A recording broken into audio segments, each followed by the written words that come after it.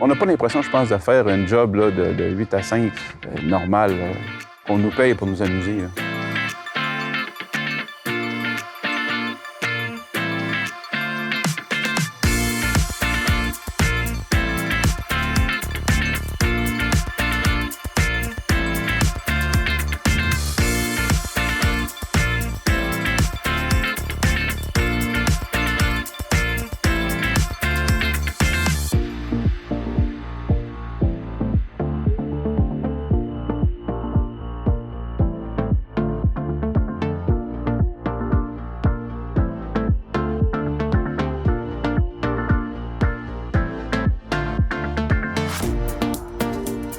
Un hydrologue, c'est un ingénieur qui s'occupe de faire de la gestion de barrage. Fait que chaque jour, il faut décider comment on sort d'eau du barrage. Il faut être capable d'anticiper combien d'eau qui va rentrer dans les réservoirs pour savoir combien il faut en laisser sortir. Soit par les turbines pour faire de l'électricité, ou quand il y en a trop, là, on passe le trop-plein par les évacuateurs de crues.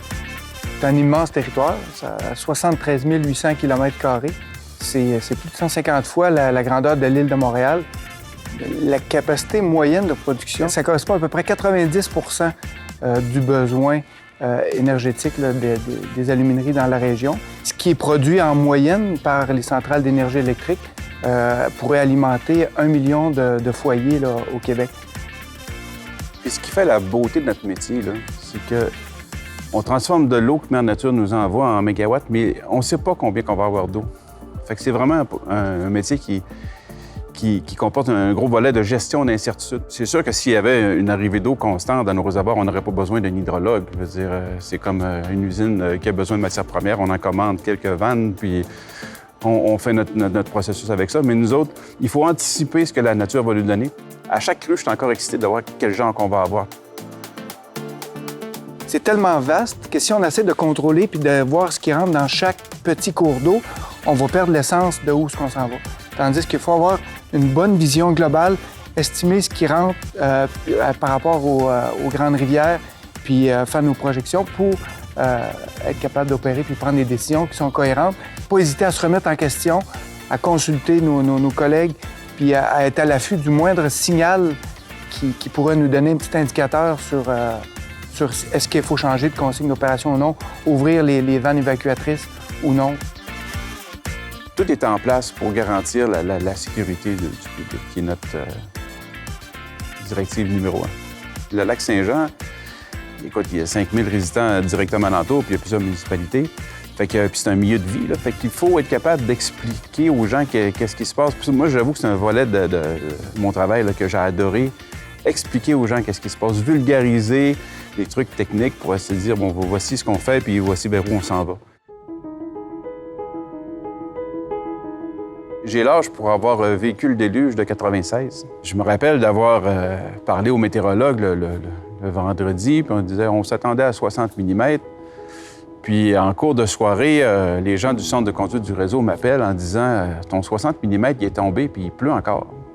Là, on était rendu aux alentours de minuit. Fait qu'on a fait un appel-conférence avec le météorologue à Montréal, puis qui nous a dit on avait prévu 60 dans votre coin, là, ça va être le double. Il reste toujours de l'incertitude là-dedans, puis ça peut changer rapidement. Il ne faut jamais prendre pour acquis, parce que quand il arrive une forte crue, une crue dans 1000 ans, au début, on ne sait pas que ça va être une crue dans 1000 ans. On commence, puis on fait des simulations, puis on pense que ça va monter jusque-là, mais il y a toujours de l'incertitude. Fait que ça, c'est...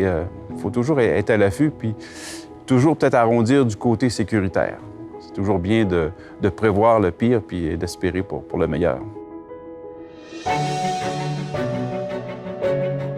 Qu'est-ce que je souhaiterais? Bien, c'est qu'éventuellement, on devienne autonome là, en énergie verte là, pour l'ensemble de la chaîne de procédés. Définitivement que ça va représenter un défi pour l'avenir, puis ça va amener une nouvelle économie où c'est une nouvelle ère, puis dans laquelle Rio Tinto s'est engagé, puis c'est rafraîchissant de voir qu'on s'en va vers là, pour l'avenir, puis les générations futures. La chose dont je suis le plus fier, c'est possiblement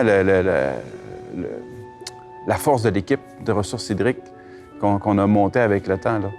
Il y a des gens extrêmement compétents, puis on était capable de choisir des gens passionnés par ça. Fait qu'on est une gang de passionnés. Moi, ce qui me rend le plus fier, c'est c'est de travailler en lien avec une ressource naturelle, puis que ça soit une ressource naturelle dite verte, parce que j'aurais pas la même fierté ou le même engagement si je devais travailler pour une mine de charbon ou quelque chose là, qui n'est pas en lien avec l'effet sur le climat. De pouvoir contribuer en partie à ça, là, ça me rend fier. Puis je cours quasiment en mangeant mes toasts pour aller travailler après. Là, j'ai hâte de retourner à mon travail. Là.